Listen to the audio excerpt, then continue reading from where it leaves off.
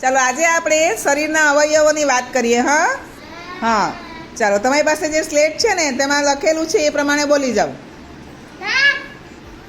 નાક સૂંઘવા માટે કામ કરે છે. Very good. પગ ચાલવા માટે છે. સરસ. ચાલો આવો ઝડપથી રિયાનભાઈ.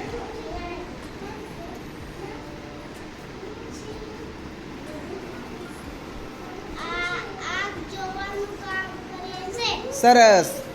ચાલો શ્રેયા.